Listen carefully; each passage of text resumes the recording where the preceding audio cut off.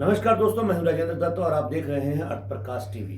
दोस्तों, आज चंडीगढ़ में राहुल गांधी की एक विजिट हुई जिसमें हरियाणा के सभी नेताओं को उन्होंने एकजुट करने की कोशिश की। इससे पहले भी एमपी और गुजरात में वो 2 मीटिंग्स कर चुके हैं। उनके क्या परिणाम रहे और आज की मीटिंग का क्या परिणाम हो सकता है, इसी पर आज हम चर्चा करते हैं। और मेरे साथ हैं सतीश मेहरा जी, जो भारतीय राजनीति के बहुत अच्छे जानकार हैं। मेहरा साहब, सबसे पहले आपका स्वागत है हमारे स्टूडियो में। धन्यवाद, नमस्कार।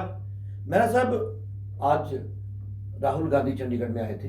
हरियाणा के नेताओं के साथ उन्होंने मीटिंग की, इनको एकजुट करने की कोशिश की और लगातार वो इस कोशिश में लगे हुए हैं। तो क्या लगता है कि आज वो क्या संदेश देके गए हैं इनको? देखिए, निश्चित रूप से कांग्रेस पार्टी की जो हाईकमान है, उन्होंने लोकसभा के चुनाव के बाद एक कार्यक्रम जो शुरू किया है, संगठन सृजन कार्यक्रम।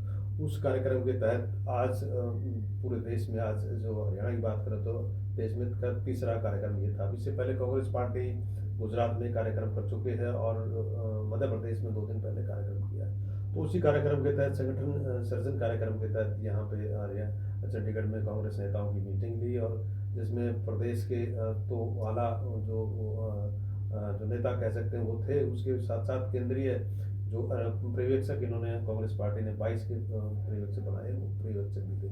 लेकिन मुख्य रूप से देखने वाली बात यह कि आपने कहा कि क्या इससे क्या मैसेज देके गए हैं जी, क्या इससे जो कांग्रेस में गुटबाजी है वो खत्म हो पाएगी? जी, गुटबाजी की बात तो चलो हालांकि लेकिन सबसे पहली बात, हालांकि गुटबाजी उन्होंने माना है। हम्म, राहुल गांधी ने गुटबाजी माना। ये 12 के बीके हरि जो वो कांग्रेस प्रभारी हैं, बीके हरिप्रसाद, उन्होंने भी माना है कि राहुल जी ने ये माना कि हरियाणा में कांग्रेस में गुटबाजी है। लेकिन उन्होंने ये कहा कि गुटबाजी होती रहेगी, गुटबाजी चलती रहे तो चलती, कोई हमें इससे कोई लेना देना नहीं। लेकिन कांग्रेस को आगे बढ़ाने में अगर गुटबाजी में किसी की शिकायत हमें मिलती है तो उस पर निश्चित रूप से संज्ञान लिया जाएगा और उसको कहीं ना कहीं जो गुटबाजी में संलिप्त पाएगा उसको कहीं ना कहीं कांग्रेस से बाहर का रास्ता भी दिखाया जाएगा। ये बहुत महत्वपूर्ण बात थी जी। राहुल गांधी सख्त नजरिए में मतलब नजर आए। निश्चित रूप से। और सारे के सारे जो गुटबाजी में संलिप्त हैं, जिन जिन गुटों में कांग्रेस बटी हुई है आज हरियाणा में, वो सारे नेताओं को उसमें शामिल किया गया। और जिस प्रकार से भूपेंद्र सिंह हुड्डा, पूर्व मुख्यमंत्री भूपेंद्र सिंह हुड्डा है, उनके सामने कुमारी सैलजा को बैठाया गया और उसके भूपेंद्र सिंह हुड्डा वाली लाइन में जो चौधरी बीरेंद्र सिंह, और उधर कुमारी सैलजा की लाइन में रणदीप सुरजेवाला और दीपेंद्र हुड्डा को बैठाया गया। इस तरह से उन्होंने कोशिश की गई मीटिंग में एक मैसेज देने की।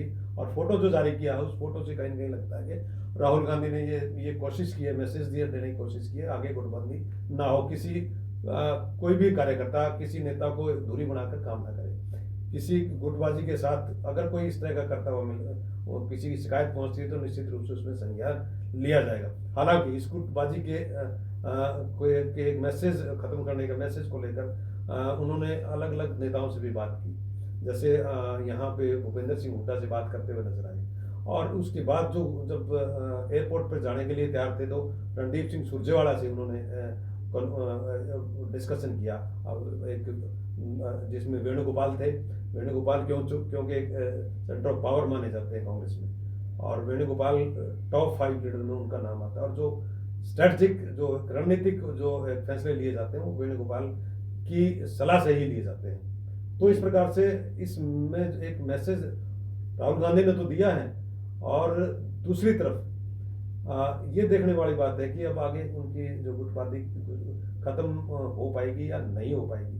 लेकिन इसमें जो वेणुगोपाल जो देख रहे थे, वेणुगोपाल को तो एक पावर सेंटर कांग्रेस का माना जाता है, वो क्या स्ट्रेटजी अपनाते हैं आगे जाके, अभी तो उनके पास टाइम है। जैसे मेरा साहब, आप हरियाणा की राजनीति पे बहुत लंबे समय से नजर लगाए बैठे हैं, आपको हरियाणा की राजनीति की बड़ी गहन अच्छे से जानकारी है।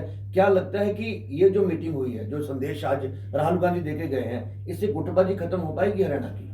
देखो, जो एक फोटोग्राफ से और जो मीटिंग में जो इनपुट्स बाहर निकल के आया है, और जो बाहर नेताओं से जब राहुल गांधी मिले कांग्रेस के नेताओं को, मैंने बताया कि रणदीप सिंह सुरजेवाला से एयरपोर्ट पर डिस्कस किया, उधर भूपेंद्र सिंह हुड्डा से डिस्कस करते हुए नजर आए। और मीटिंग में जब बात की थी तो कुमारी सैलजा से 2-3 बार कई बार उन्होंने कनेक्ट किया, आंखों में आंखें बात डाल के कुमारी सैलजा से बात की। हालांकि दूसरे नेताओं से इस तरह के इंटरेक्शन उसने फोटो में या किसी तरह से नहीं दिखाई दिया, लेकिन कुमारी सैलजा से आंखों में आंखें डालकर कई बार उन्होंने बात की और उनकी बात को तवज्जो दी गई। तो इस तरह से हम कह सकते हैं कि तीनों नेताओं से तो बातचीत की, लेकिन समझने वाली बात यह है कि आगे भविष्य कांग्रेस का किसके हाथ में होगा, क्योंकि अभी चुनाव में 4 साल रहते हैं और अमूमन 4 साल ही इसके रहते हैं लोकसभा चुनाव के। लोकसभा चुनाव और राज्य विधानसभा चुनाव से पहले कांग्रेस ये चाहती है कि हरियाणा में एक मजबूत संगठन खड़ा हो, और मजबूत संगठन के लिए आगे कैसे बढ़ा जाएगा, किन नेताओं को आगे लिया, एक पब्लिक का चेहरा बनाया जाएगा, उस चेहरे का एक संदेश अभी 15-20 दिन में सामने आ जाएगा। क्योंकि अभी जिलाध्यक्षों की नियुक्ति की जानी, जिलाध्यक्षों की नियुक्ति के लिए मुझे लगता है अगली 30 तारीख तक सभी जो पर्यवेक्षक हैं वो सभी जिलों में जाएंगे और एक पैनल तैयार करेंगे। उसके बाद जिला अध्यक्षों की नियुक्ति होगी, और जिला अध्यक्षों की नियुक्ति के बाद एक सारे फील्ड में जाएंगे लोग, और उस नियुक्ति में स्पेशल रूप से विशेष रूप से राहुल गांधी ने ये कहा है कि जिलाध्यक्ष को पावर दी जाएंगी, और जिलाध्यक्ष की जो उस पर क्या नाम सलाह पे ही आगे टिकट विधानसभा में टिकटों में बंटवारा, लोकसभा में टिकटों में बंटवारा, उनको कहीं न कहीं महत्वपूर्ण योगदान जिलाध्यक्षों का होगा। और आने वाले 15 दिनों में मुझे लगता है पता चल जाएगा कि किस प्रकार से कांग्रेस काम करती है।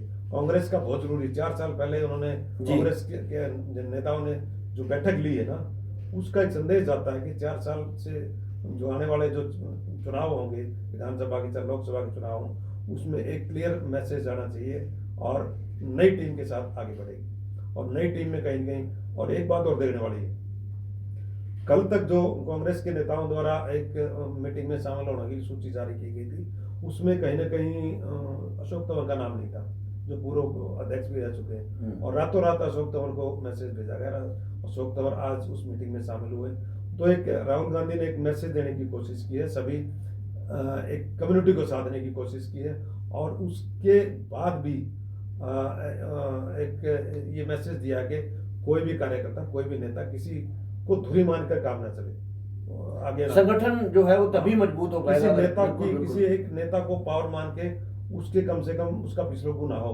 तो ये मैसेज गया पूरे एमएलए को गया है, और क्योंकि एमएलए ज्यादातर भूपेंद्र सिंह हुड्डा के साथ है, ये उन्होंने मैसेज देने का काम किया। तो कोई भी एक किसी भी लीडर को धुरी मानकर उसका इसके पीछे लगने का काम ना करे, ये पावर को डिसेंट्रलाइज किया जाएगा, ऐसा उन्होंने एक संदेश दिया।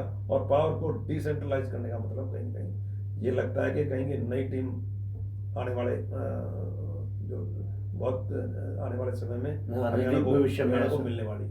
अच्छा मेरे साहब एक चीज और मुझे बताइए, ऐसे ही मैंने आपको बताया, पहले भी बोला है कि 2 मीटिंग्स ऑलरेडी हो चुकी हैं। गुजरात में एक मीटिंग हुई, आपने भी बताया, और एमपी में भी एक मीटिंग हुई। तो क्या उनके अभी तक कोई सकारात्मक, कोई अच्छे परिणाम सामने आए हैं? निश्चित रूप से गुजरात में मीटिंग है, अहमदाबाद में अप्रैल में मीटिंग उनकी हुई थी, और राष्ट्रीय अधिवेशन था, उससे पहले मीटिंग हुई थी, इसी कार्यक्रम के तहत हुई थी। और अधिवेशन में, उस मीटिंग के बाद अधिवेशन में कहा गया था कि कांग्रेस के पास 3 तरह के घोड़े हैं। कांग्रेस के पास एक प्रकार के तो ऐसे घोड़े हैं कि जो रेस के घोड़े हैं और उनको बारात में के घोड़े बना दिया जाता है। दूसरी प्रकार के वो घोड़े हैं जो बारात के घोड़े हैं, उसको रेस के घोड़े बना दिया जाता है। तीसरी प्रकार का एक लंगड़ा घोड़ा है। तो इस तरह की कैटेगरीज उन्होंने बनाई थी। तो उन्होंने एक मैसेज देने का एक संकेत दिया था कि जो काम करने वाले लोग हैं उनको आगे बढ़ाया जाएगा। तो इस प्रकार से अब देखने वाली बात है क्या होगा। कल 2 दिन पहले भोपाल में भी इसी तरह के कार्यक्रम दिया गया था, मीटिंग हुई थी भोपाल में भी, मध्य प्रदेश में भी। कांग्रेस में जो गुटबाजी है वो भी निश्चित रूप से देखने में आती है कि जीतू पटवारी हैं, चाहे दिग्विजय सिंह है, चाहे कमलनाथ हैं, तीनों में धड़ेबंदी है। लेकिन अभी 2 दिन पहले कार्यक्रम हो, देखने वाली बात है कि कब कैसे उनकी टीम आगे बढ़ पाती है। आज हरियाणा का कार्यक्रम था, और हरियाणा में तो स्पष्ट संदेश ये दिया है कि आने वाली 30 तारीख के बाद जो पैनल बना के भेजा जाएगा, बहुत जल्दी ही उनका वो कर लिया जाएगा, जिलाध्यक्षों की नियुक्ति की जाएगी। जिलाध्यक्षों की नियुक्ति के बाद कैसे किस प्रकार से कांग्रेस आगे बढ़ती है देखने वाली बात। लेकिन ये जरूर है कि एक नई टीम का गठन होगा जो पूरे 4 साल काम करेगी, और उसके बाद क्या परिणाम आने वाले ये देखने वाली बात। यकीनन दोस्तों, अगर जैसे राहुल गांधी ने एक संगठन सृजन की बात की है, अगर उसी ढंग से अगर कांग्रेस काम कर पाती है तो यकीनन आने वाले 4 साल बाद जो इलेक्शन होने वाले हैं, चाहे वो लोकसभा के चाहे विधानसभा के, उसमें कुछ बेहतर कर पाएंगे। अदरवाइज जो कांग्रेस के हालात हैं वो तो सबको पता ही है। देखिए, इस कांग्रेस में सॉरी इस मीटिंग में जो ये कार्यक्रम है, इसमें एक विशेष बात देखने को मिली है।